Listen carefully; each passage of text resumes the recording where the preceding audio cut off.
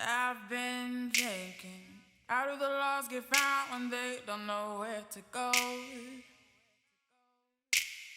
And I've been shaking, not many more twists and turns before I find the road. And I've been hoping for sunrise. I heard the dawn of hope can even light the way home. Just give me sunrise. There is a myth. Welcome to the Purpose Podcast with Dr. Jazz, where I'm your host, Dr. Jazz, and we journey to purpose together. And on this episode, I have my dear friend, Dr. Leslie. I was about to say Leslie, but I have my dear friend, Dr. Leslie. How are you doing? I'm doing great. How are you? I'm good. Thank you for being here on the Purpose Podcast. Thank you for having me. I'm excited. Dr. Leslie Ekpe is an assistant professor at Texas A&M University-Commerce in the Department of Higher Education and Higher Learning Technologies. Leslie is a proud alumna of Alabama A&M University, where she earned her B.S. in management, the University of Alabama in Birmingham, where she earned her M.A. in communication management, and Sam Houston State University, where she earned her M.B.A. in business administration. Lastly, but certainly not least, Dr. Ekpe earned her Ph.D. in higher education from Texas Christian University. Through qualitative methodologies, Leslie conducts research on anti-racism, DEI, and racial equity by analyzing the challenges encountered by marginalized people, as well as investigating equitable practices and policies for institutions and societies to implement and sustain. She's the incoming secretary of the Council on Ethnic Participation within the Association of Higher Education and a visiting scholar at Rutgers University Sam DeWitt Proctor Institute for Leadership, Equity, and Justice. Welcome again, Dr. Ekpe. All right, let's get started. So, as always, my first question is, what does purpose mean to you? Yeah, I think purpose is the foundation in which, abide by in all assets of your life. That was good. Ooh, That was good. I love that. And I really was just thinking about my life because for so long I chased my purpose when, I'm a huge believer in my faith, and that's really the foundation in which I do all things. But for so long I was chasing the purpose I thought was bestowed on my life. And it's crazy because as I was chasing this thing, right? I didn't really realize that I was also chasing like joy. I was chasing fulfillment because within your purpose, you'll quickly realize that joy is apparent everywhere. Like you are doing what you've been called to do. So even on your worst days, it still feels better operating within your purpose on your worst days than it does operating outside of your purpose on your best days. And that is very, very critical. Like you really, if you can really dissect what I said, you will understand that it doesn't matter like tangible items or money or any of that, seriously, when you're operating your purpose, because all of those things that you've asked within the purpose that you're abiding by will come. Yeah. So it's interesting because people will be like, oh, like, when are you going to do this? When are you going to get a house? And I'm just like, I don't really operate in fear anymore. Like, I know I'm gonna get a house, right? Like, and also, have you seen the housing market? I'm not getting a house right now, but like, I know that that's in the purpose for my life. Like, that's a part of what I'm doing. So I don't really fear or like fret or worry that those things are going to happen. So really, I definitely believe it's the foundation in which you abide by. That you said so much, and every episode I say the same thing, that I need to take notes so I can know what to ask. But the first question is that, like, do you believe that your purpose should be be shown in every area of your life? So I believe that your purpose is connected to every area of your life. And what I mean by that is just taking you through like my journey, just like I'll say a little about how I got to where I am. And I always say that, but as an academician, I can talk for like 20 minutes about one question. So please cut me off if I'm just talking too much. But I will say, I believe that I was called to be an educator for a very, very long time. Now, that's not what I wanted to do, right? This is not the story, the beautiful story that you can flip the pages where it's like, since sixth grade, I always knew I wanted to be in front of the classroom teaching and be in higher ed or K-12 or like, that is not me. It was actually a coming to Jesus where I realized what I've been called to do. So, because I feel like if you know, when you operate within your faith, if you don't listen, God will show you one way or the other. So you choose. And please choose one way, not the other, because the other hurts. Okay. But Told me one day, I'm a No. drink. And I said, no, seriously, he's literally probably like, oh, you don't want to listen? That's the bet. Let me show you something real quick. So I will say, okay, from a young age, I always wanted to be an attorney. And just full circle. Yeah, like full circle, I really want to be transparent and candid when I tell this story because I want people to know like this journey has not been easy, but it has truly been worth it knowing that everything that he has ordained for my life has come to fruition. So I'm eager and so excited for my future because I've already seen what he's called me to do in past seasons and in current seasons, and being patient and knowing that these things will come. Oh my gosh.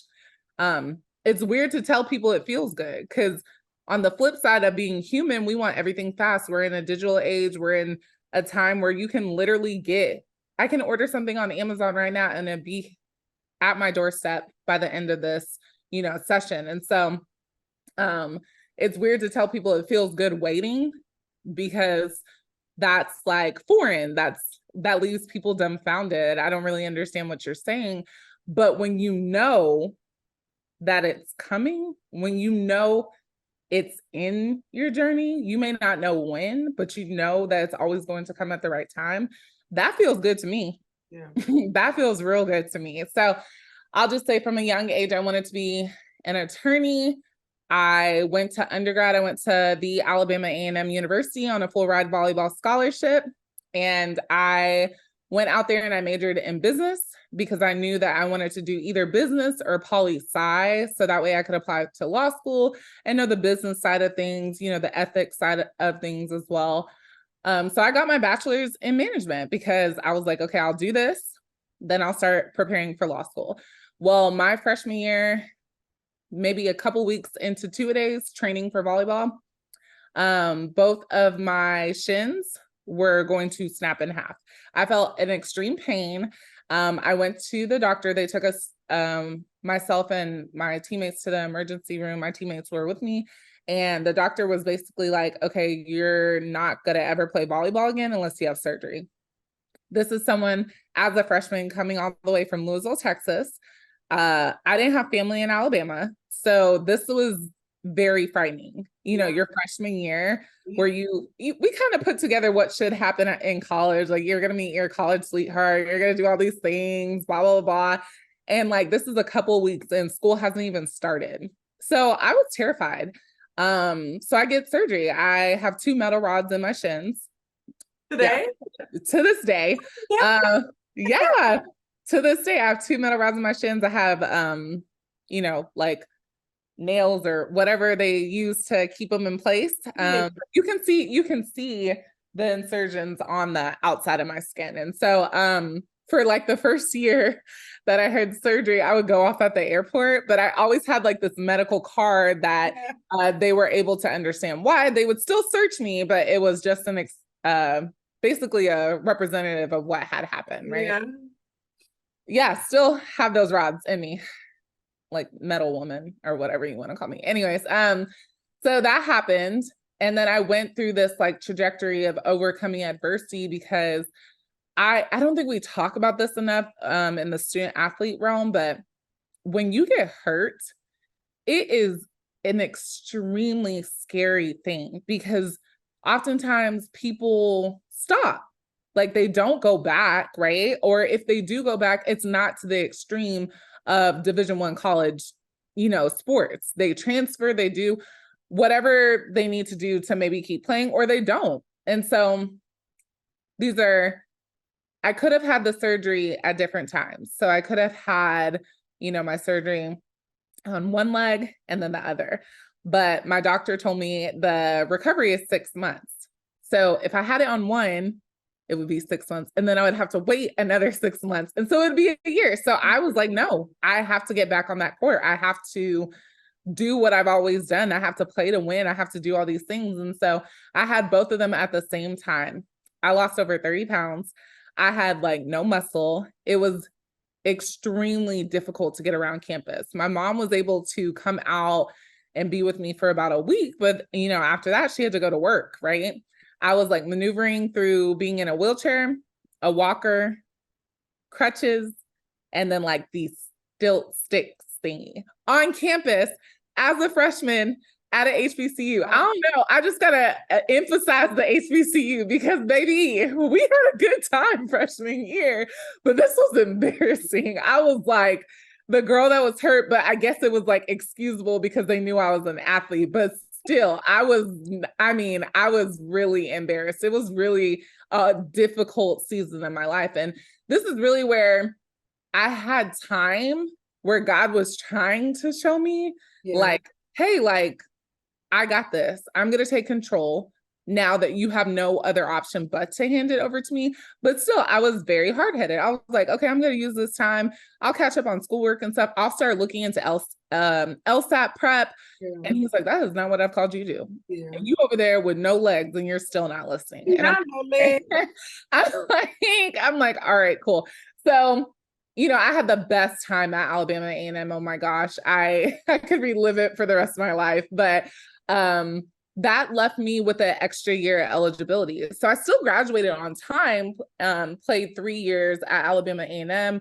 We ended up winning a SWAC championship. We went to the SWAC championship every single year. And so that last year I decided, well, I'm going to get my master's, right? I don't want to waste this year of eligibility. So I was in real good contact with some of the neighboring institutions. So this is how I went to University of Alabama at Birmingham. So I applied there. I ended up applying to the M.B.A. program. And because it was so short notice, I graduated May 2014 from A&M. And then I had like a couple months, right? Like maybe 2 months to take the GMAT in order to get into the M.B.A. program. I ended up taking the GMAT twice. I did not get the score I needed to get into the program.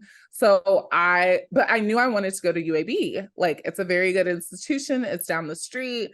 I didn't have to, up and change much of my life. Yeah, it just takes me back. It's so crazy. So I ended up taking the GRE, getting a decent score, enough to get me into the communications program, which I graduated top of my class.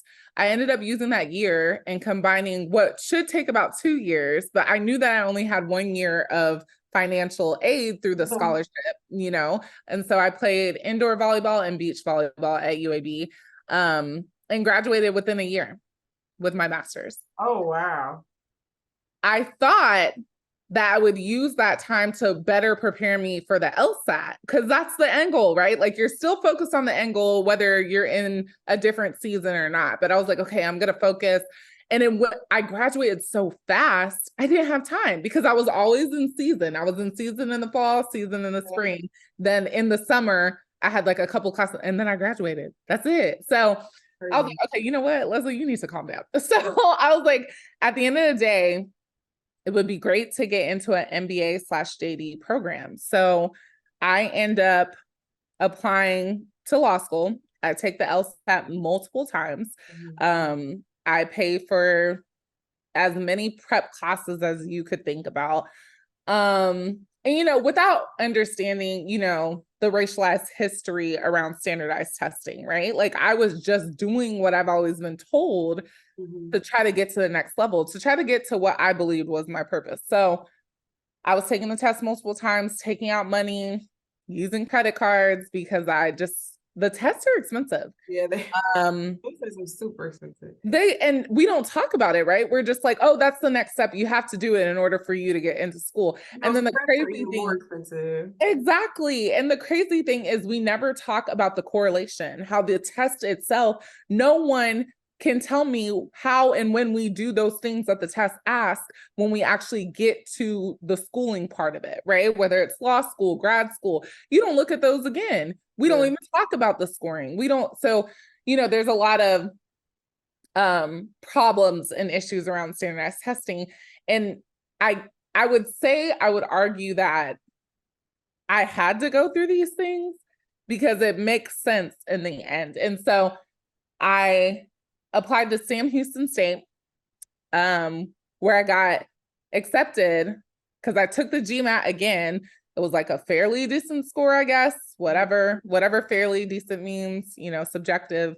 And I get into Sam Houston State and I was like, okay, I'm going to take classes and I'm going to study for the LSAT simultaneously.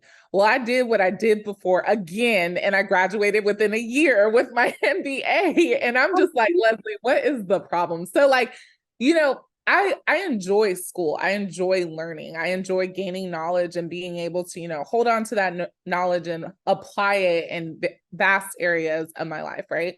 Or and just various, I just see myself serving in more capacities with the knowledge that I have. So I graduate with my M.B.A. This is my second master's. And I'm like, I'm going to use the next couple months and apply for law school. Okay. I start working at a company where I'm working in their legal department as a legal assistant. And what I realized is in that season of my life, this was like the last instance or the last strike where God was like, after this, you're not going to like what I'm going to do. And I could feel it because as soon as I got to the company, this is the most money I've ever made to this day as a legal assistant. I slipped into the worst season of my life. I was depressed. I hated what I was doing. And all this time, for all these years, I've been saying I'm going to be in the law field. Well, now I get a glimpse of it and I'm like, this is not me. This is not me in the slightest sense. This is not what I've been called to do. And this is no shade to the law, field. I have plenty of friends that are lawyers. I have plenty of family that are attorneys. But it's just not me.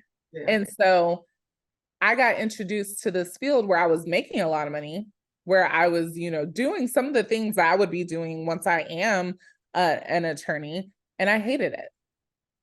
I hated it so much. I came home and cried every day. And this is the time I was living with my parents because I was saving so much money. I started traveling. And I love to travel. Travel is really where like people see me travel and people are like, oh my gosh, you're always gone. And I'm like, it brings me back to my why.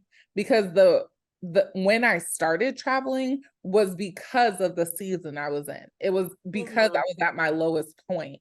And traveling brought me back to just stillness. Yeah. Of like whatever you think you're going through, if you would just stop and listen to what God is trying to tell you in this moment, it wouldn't you would understand a little bit more clear what's happening. And so just as I wrap up, like that's why I travel so much, because I think we get so caught up in our everyday. We were just talking about this right before this started. Like we have so much going on. There's always going to be another meeting. There's always going to be something that you need to finish. And if you don't take the time to just sit still, you will miss what God is trying to tell you in that very moment. And I truly, in this life, do not want to miss anything else. Because I've missed so much, and maybe not missed, so to say, right? Like God still ended up showing me in various ways, but I don't want to be the person that does not take hold of everything God has for me while I'm here on this earth. So there are some times where I'm like, I can't do that, or I can't get myself in that capacity because I need to sit and just have it be still, just me and God. And so I end up quitting. Okay. Just think about that. Like you're making good money, you're traveling and blah, blah, blah. And I end up quitting. And I was like, this is crazy. But I started coaching volleyball. Okay. And I loved it. I loved coaching. Now, of course, it did not equate to what I was making before, but I loved coaching. And, it really did give me a sense of peace. And what I didn't realize at the same time, I was the 9th grade girls Bible study leader at my church. And these are all forms of educating. Yeah. Yeah. Here goes God. He's like, I'm trying to tell you. And I'm just like, well, this feels better, right? Like I'm not going to coach for the rest of my life, but this just feels better. And at the time, one of my professors, Dr. Helen Gabri from Alabama A&M, reaches out to me, and I hadn't talked to her in years. Mm-hmm. She reaches out to me and she was like, how are you? And that is one thing about HBCU, like the connection that you have with your professors. It really is a lifelong relationship, because who told her to reach out to me at that time? Or maybe it was just on her heart. But I mean, this was a time where I was at my lowest. I went from having a job, and now I have like this side hustle, whatever you want to call it. And she was like, how are you? How's life? Like, I just know you're doing great things. And I'm like, it's a little rocky right now, but I'm trying to figure it out. And she's like, that happens to everyone. Don't get down on yourself. I was like, does it happen to everyone with 2 degrees, like 2 master's degrees? I was like, you sure? I was like, you sure? I'm still there. Yes. I was like, you sure? But it was very, very relieving to know that someone saw me without even me telling them a story. And she was like, well, there's this thing coming up, this Ph.D. project. And she was like, it works on diversifying the faculty, pathway. And I think you should really look into it. And in my head, I'm like, not you skipping over K-12 and just to be a professor. I was like, what?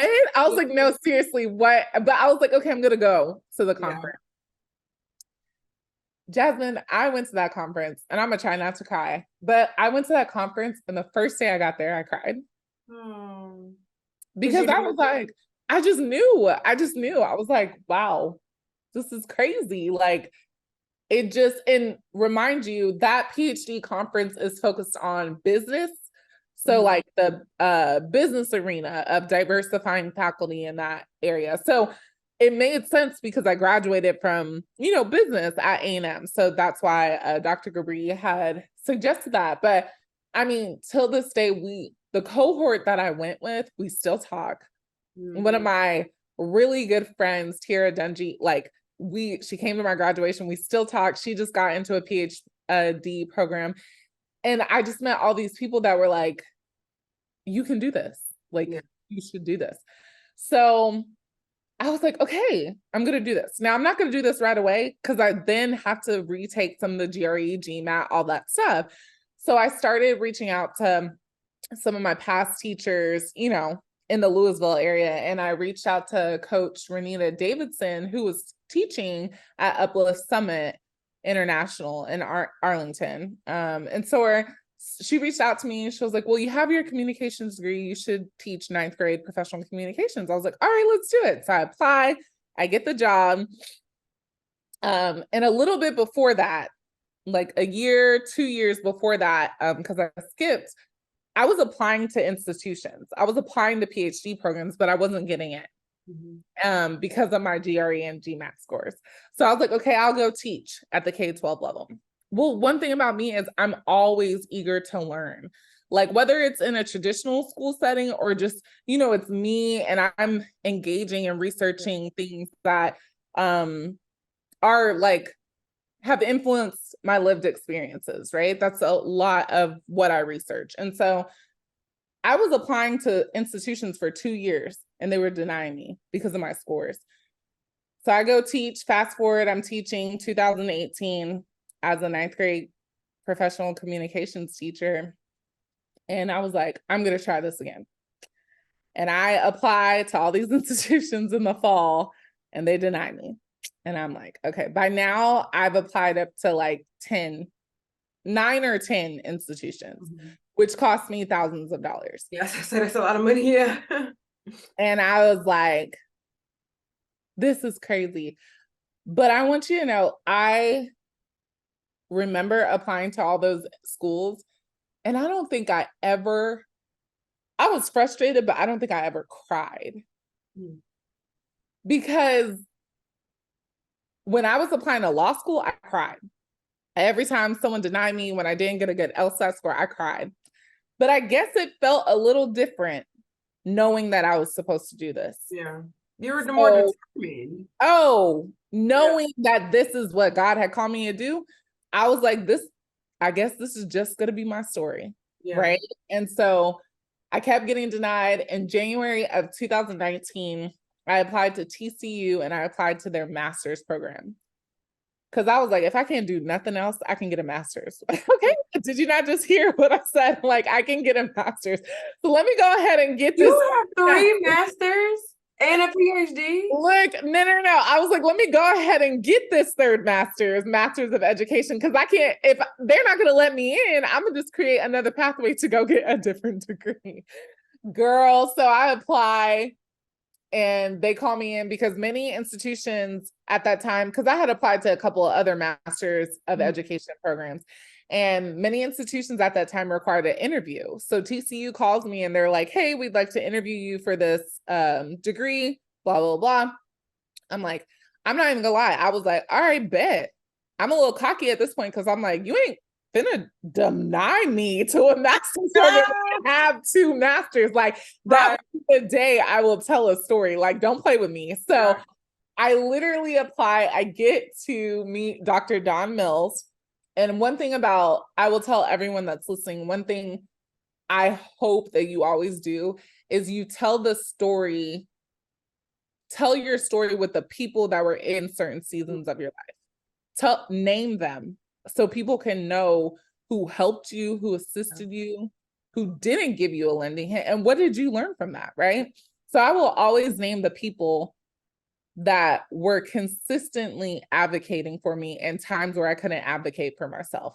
Yeah. And Dr. Don Mills, I walk into his office. It was the day I got off work from teaching. You know, like I changed in the car. I needed to look, whatever.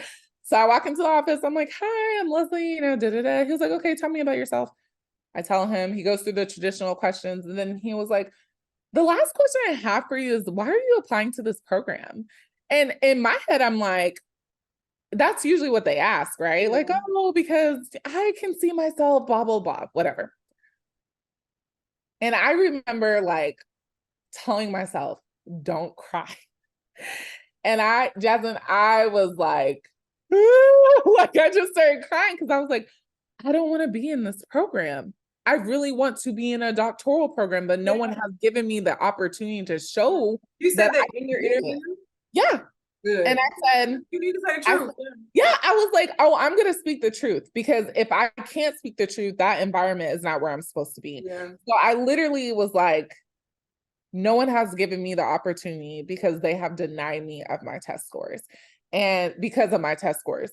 And he was like, okay, so this is what I'm going to do. He was like, I'm going to transfer your application to the PhD program. And I was like, I just want you to know, because even in the face of God, girl, even in the face of like God showing you, like, I will make a way. Sometimes when you've been through things and you recollect, you still can't really believe it. You still want to provide enough facts or evidence that, you know, I can do this. Like, let me show you. Or like, this test doesn't really define my ability. And he was like, yeah, I don't really care. Like, I know you can do this. Like, I see that. I see where you're going.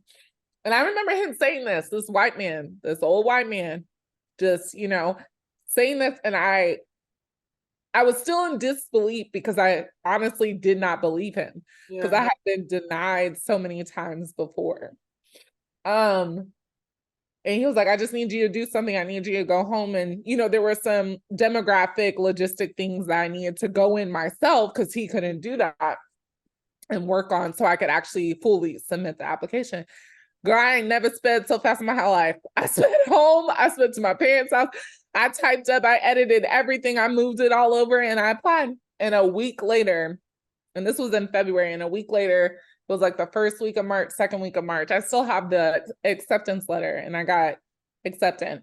And that was the start of every yes that came with TCU. So I was the first Black woman graduate student senate president at TCU in all of its 150 plus years of living. I was elected twice. I was a part of the first ever Diversity Day conference that was brought to TCU, which is this year. I facilitated it for the fourth time.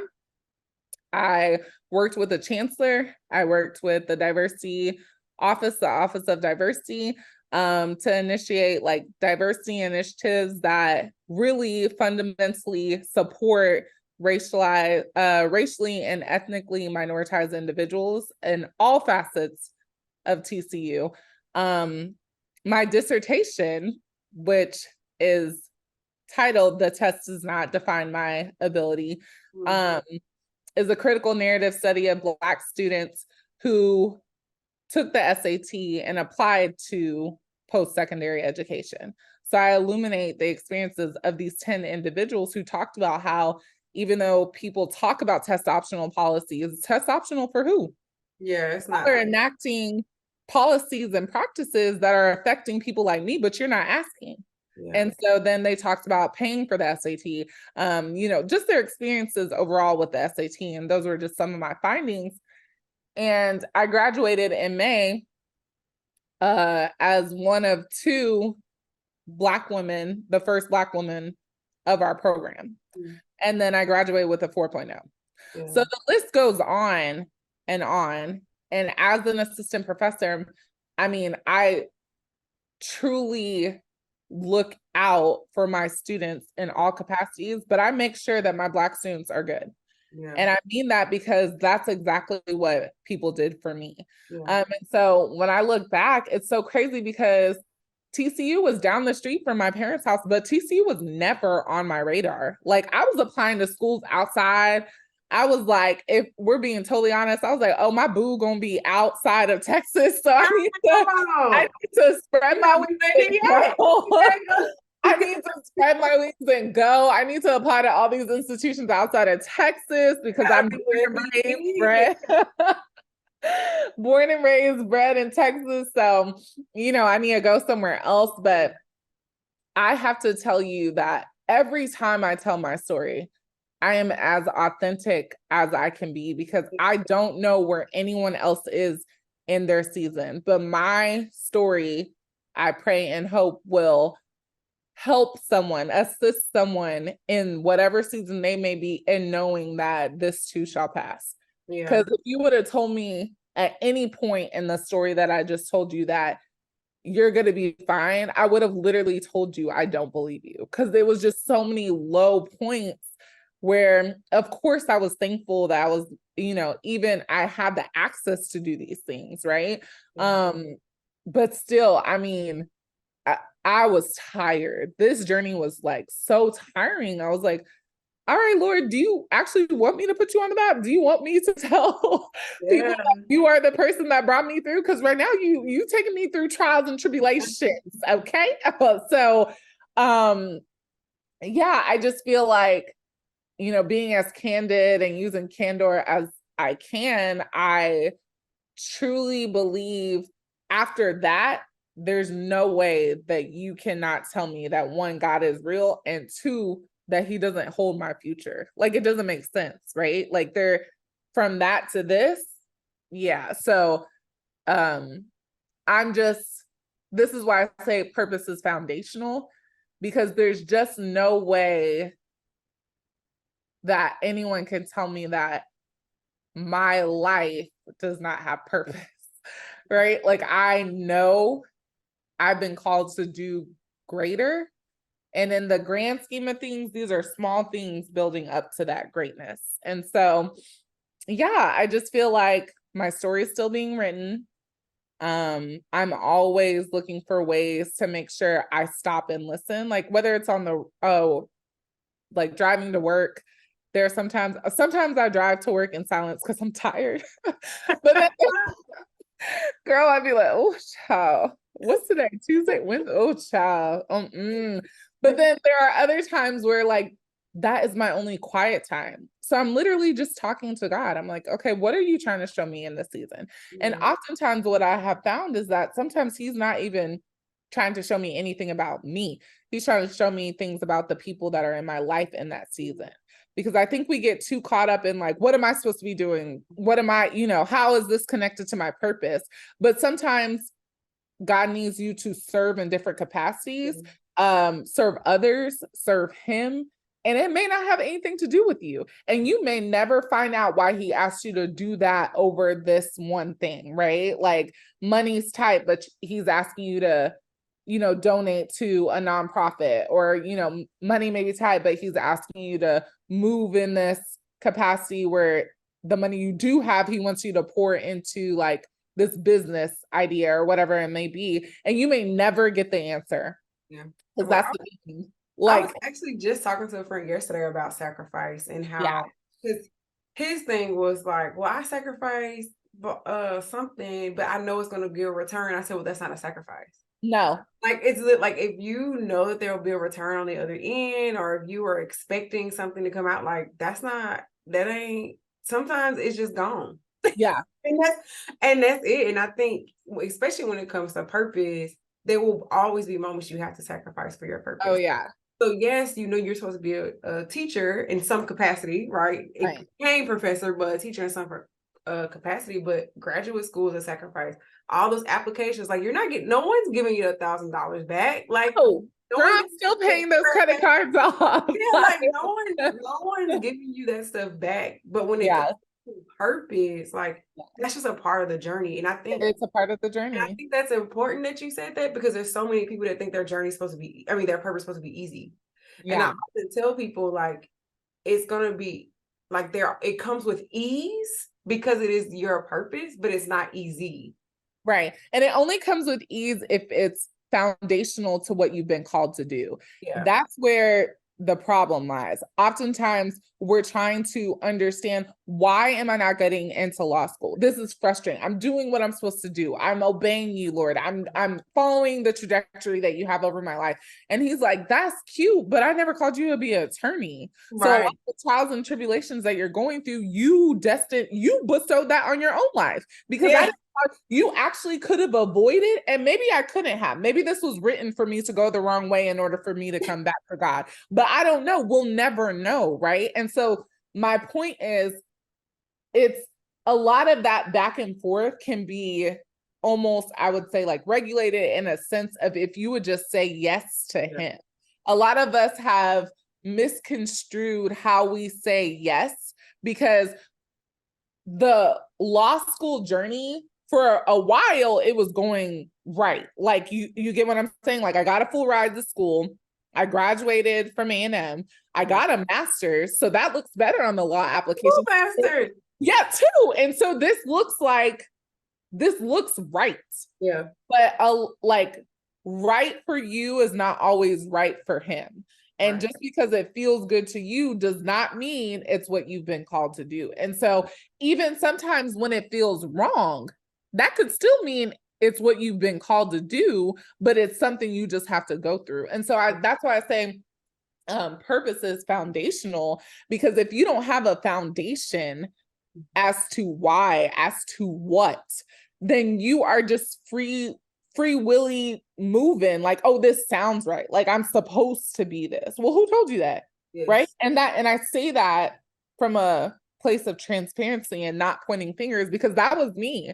Like my whole high school, middle school, I was like, oh, I'm going to be an attorney. I'm sure like when we wrote our names on those like little stars and stuff, I know I put like Leslie attorney, right? Like, because that is what everyone knew I was going to be an attorney. Mm-hmm. My parents helped me apply to law school. Like it was just that's what I was going to do. And it's crazy because when you look back over your life, every time I look back, I'm like, there were so many moments where God was like, that's not what I've called you to do. Whenever you're ready to listen, I'll be right here, sis. Like, you know, like I'm just like, oh, okay. Here's my question about that. So when you felt a little turn this way, like were you actively ignoring it, or when you reflect, you realize you ignored? Because that's different. Because there are moments where you actively ignore something and you know, and then there are times where you kind of like, oh, that kind of was what it was. So I will say, so these were like valleys, right?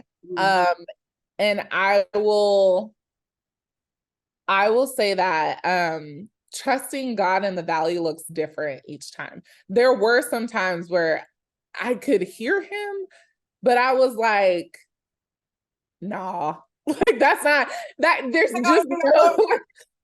How could I make it this far? And you're like, no, I don't want you being an attorney. Like, you didn't tell me that when I came out of my mama's stomach. Like, come on now. Like, there were just some times like that, right? Like I've come too far. There's no way you're telling me that this is not what I'm supposed to do, right? But then there were some times where I really couldn't hear him because my thoughts became my ways.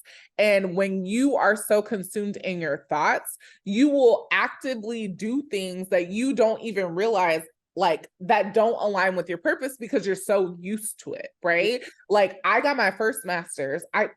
I truly don't know. I think everything is ordained in my life, but was I supposed to get my second master's? Like what was supposed to happen during that time that I was being oblivious to or ignoring?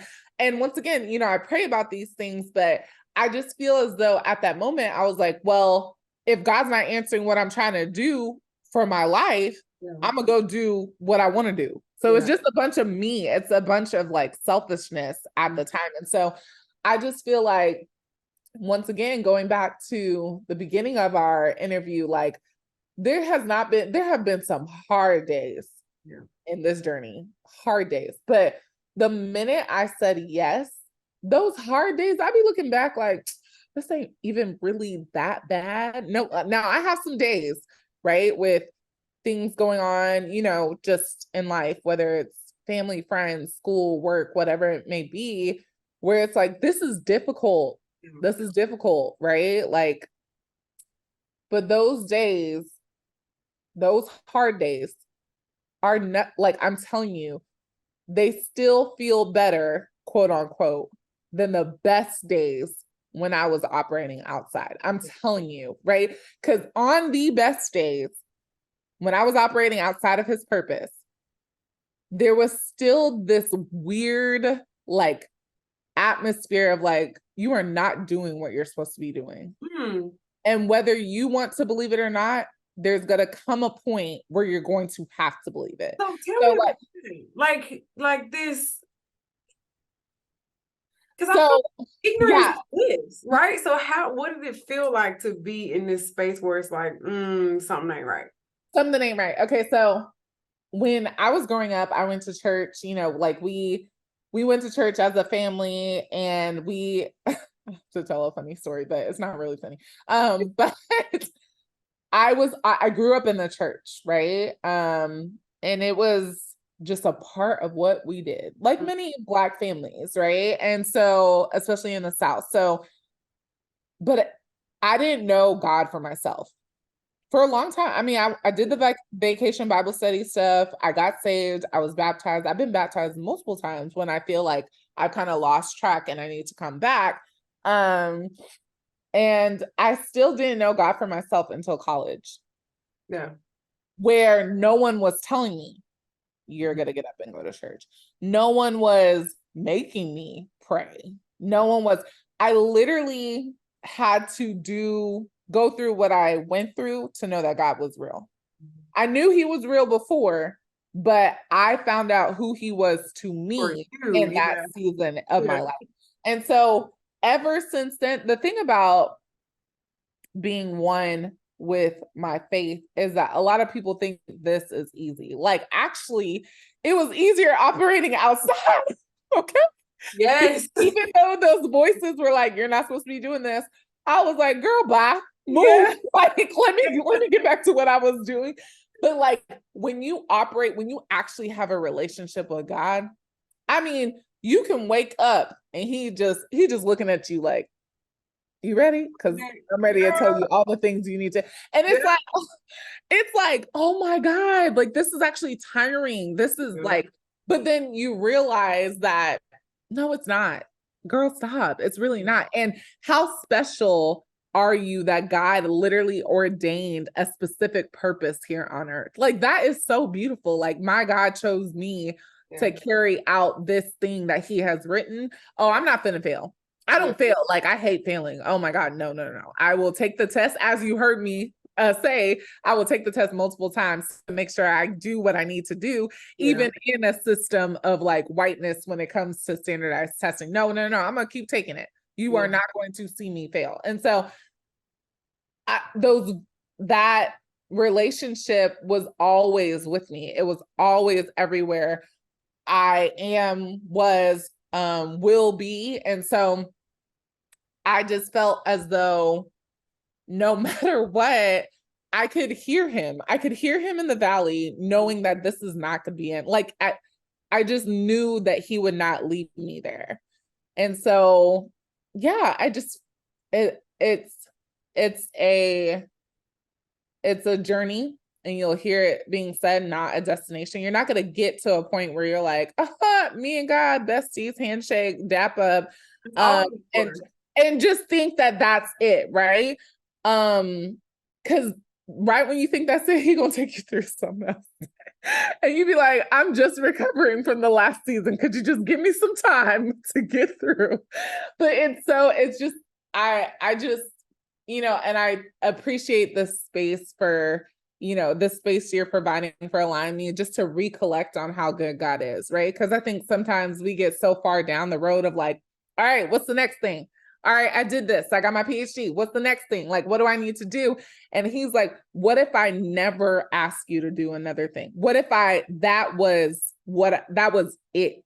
And now I just need you to continue to serve me wherever I put you. Like, what if that was the highest point? Will you still be faithful? Will you still be thankful for where I have taken you? Even when everyone else gets a house, even when everyone else does all this stuff, will you still say, my God, I am so thankful for what you have done? And when he told me that, I started to realize a lot of the things that he had taken me through. And a lot, when I look back, like I need to be careful to not make my purpose a checklist. Because tell me more about that. What do you mean a checklist? Because I think oftentimes we'll say, God called me to be an attorney. So I got to do this, that, and this. Okay, so I'm going to get my JD. Then after that, I'm going to get married. Then after that, I'll serve in this capacity. Then after, it's a checklist leading up to your purpose. So that way, once you get to be a JD, it's like, look at God, I did everything you told me to do. I'm serving in the capacity of being an attorney. I'm making sure that I show you in all the spaces and so I should be good, right? Yeah. And so I had to look back and say, because once the thing about it is, it's like this push and pull. So once God shows you what you've been called to do, you will work as hard as you can to get there. And then sometimes when we get there, we're like, all right, God, what's next? Like, what you want me to do? I mean, I'm obedient. Tell me and I'll do it. Yep. Tell me. You want me to change careers? I'll do it. You want me to move across the nation? Come on, pack the bags. But God's like, your purpose is not a checklist. Yeah.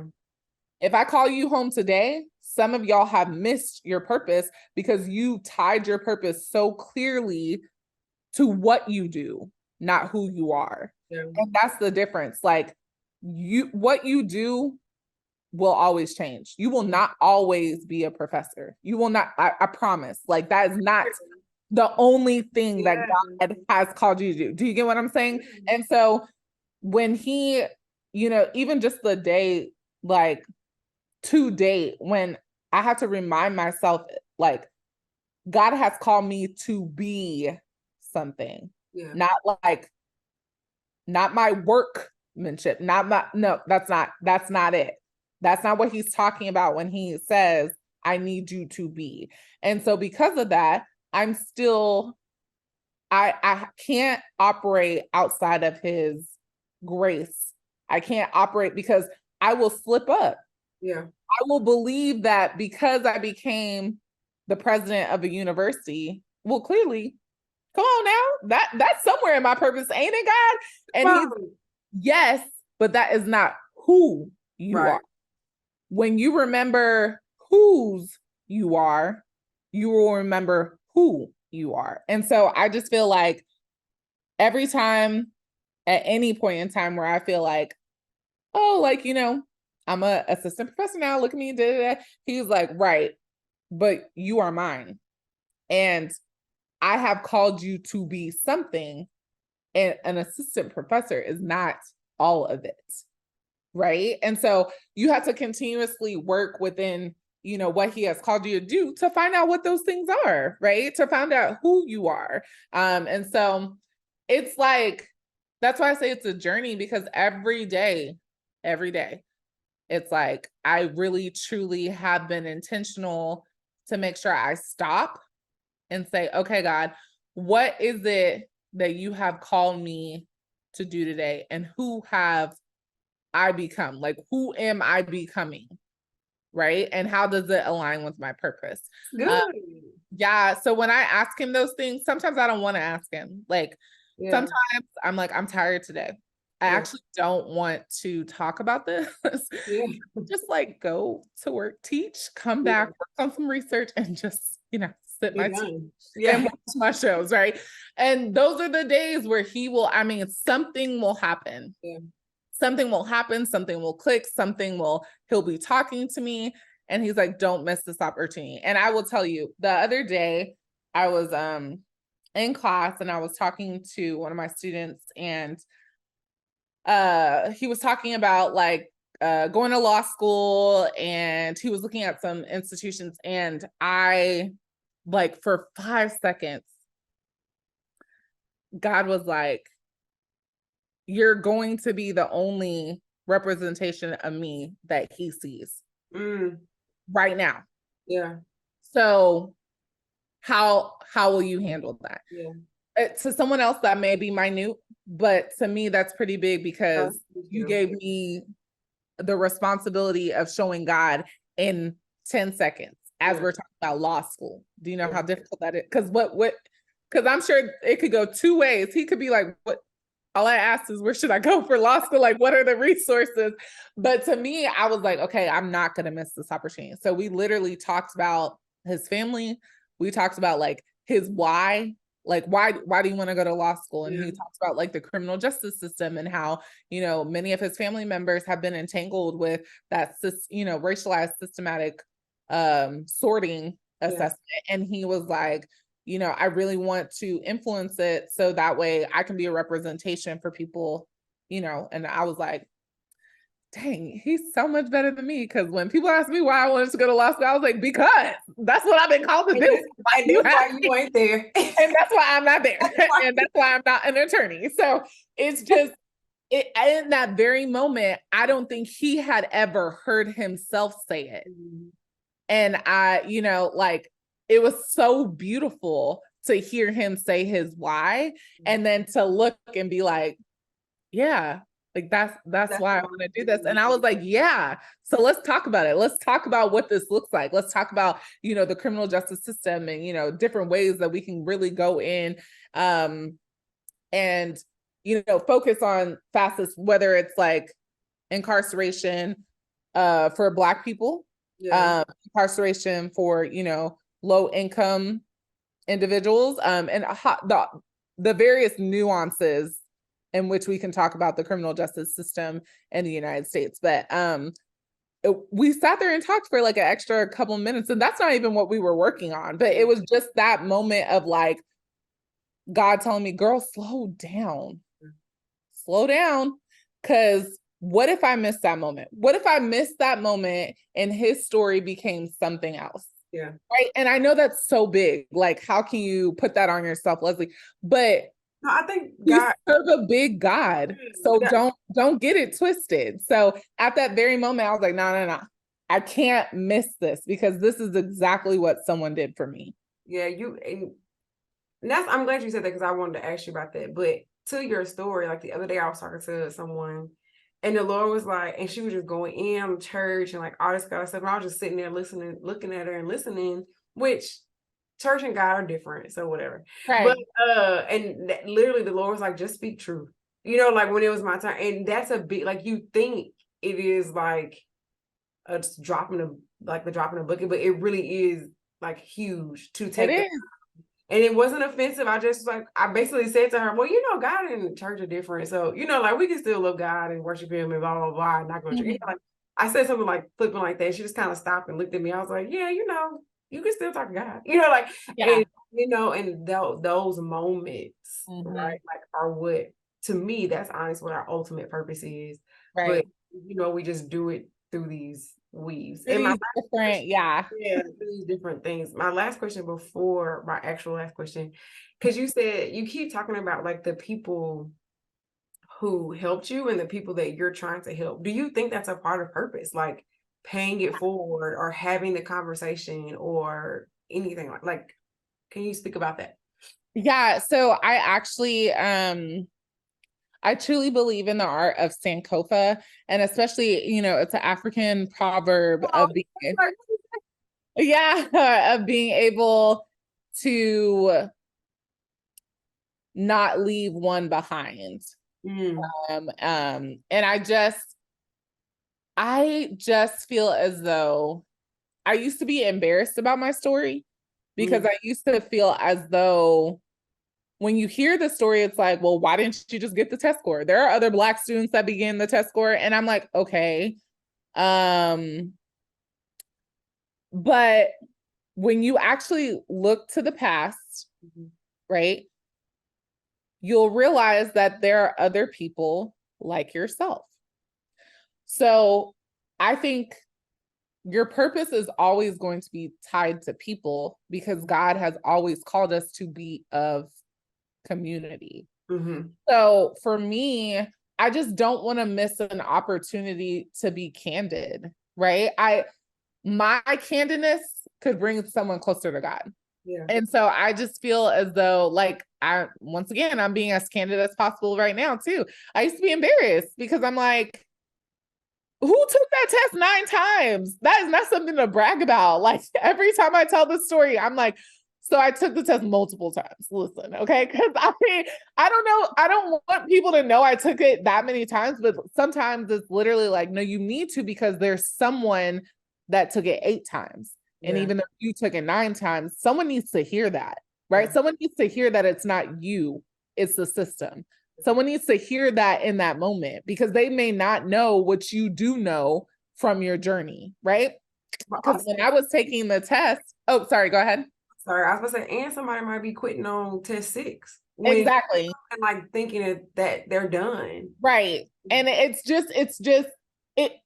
it could open up so much, right? Maybe they do need to stop taking it at test 6. So we could talk about schools that you can go to where your experiences will be illuminated and it won't be dependent upon this test, right? But they won't know that unless I tell my story.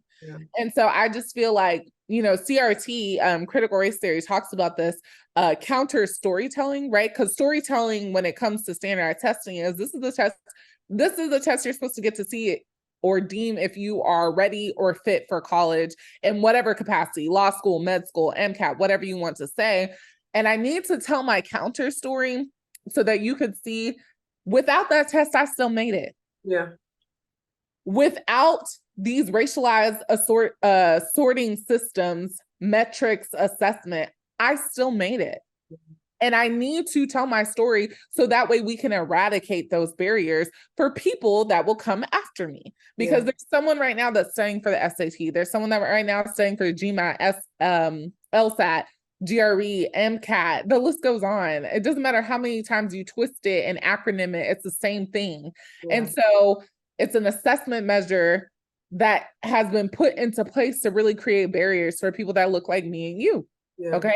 And so I just feel like, what if I don't tell my story? There's someone that's going to believe that that test is an accurate assessment measure of what they are. And who they are. And who they are, because some school is telling you, well, if you could just get your score up, then maybe you will be good enough for my institution.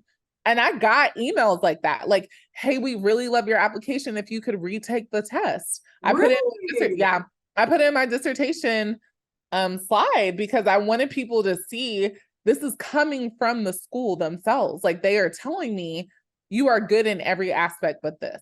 So how can I not tell my story? When I remember what I went through, there's nothing I have to hide. I have to be candid. And so I do believe that our purposes are tied to people. I think it's just us finding out in what capacity and how, right?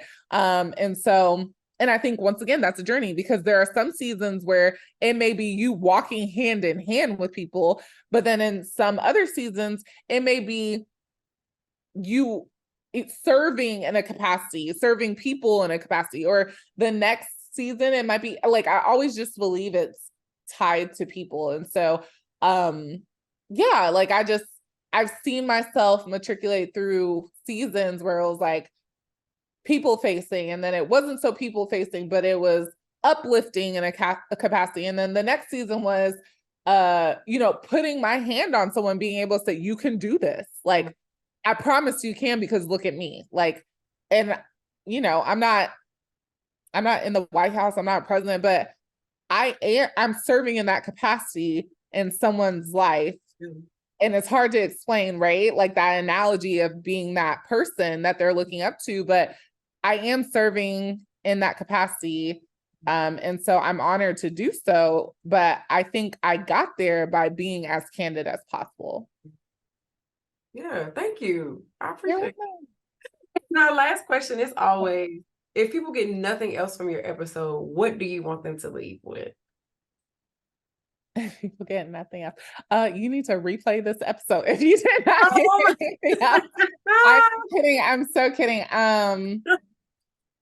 I would say, that's a good question.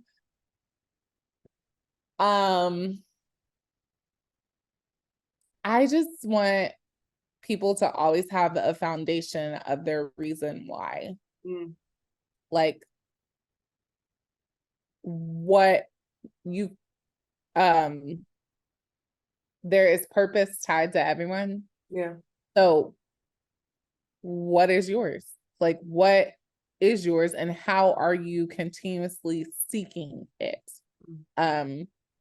Because within every room you occupy, within every room you step foot into, wherever your body is, your purpose is tied to that very moment. So like, what does that look like, right? How are you, because this world is so good at distracting us. Oh my God, it's so good, right? With everything that's happening between wars across the nation, across not even just the nation, but just globally, right? Then we talk about things that are happening in education, social injustices, your family, your everyday life. There are so many ways that we can get tied up in areas and arenas and environments that do not serve our purpose. And I think you just have to be very intentional, because it happens, right? But like, how are you being intentional in this season of your life? I'll say that with that, like, leave with that question. How are you being intentional in this season of your life, and how does it relate to your purpose? Because the intentionality is connected to your purpose. It is. And so, like, I feel like you cannot be in purpose if you're not being intentional. You can't. It's not a flippant thing. It doesn't even work. It doesn't. It's like, what am I doing again? And why am I doing it? I feel like lifeless. Like, what am I doing? Right. And so, yeah, that's a perfect way to explain it. Okay. Well, thank you so much, Dr. Leslie. Thank you. Thank you for listening to this week's episode of the Purpose Podcast with Dr. Jazz, where we journey to purpose together. I just want to leave you all with this. I am a purpose coach.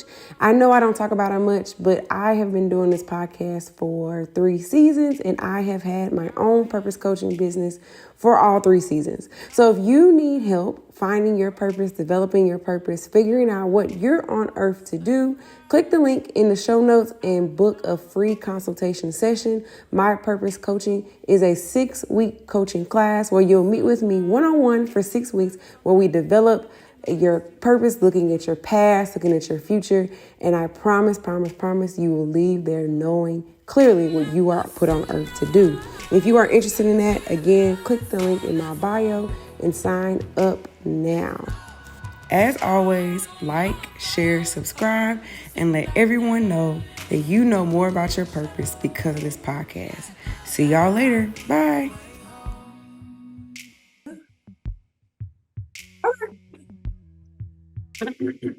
They don't see you. I know. Like they literally I just had to looked up and I was like, what is she doing?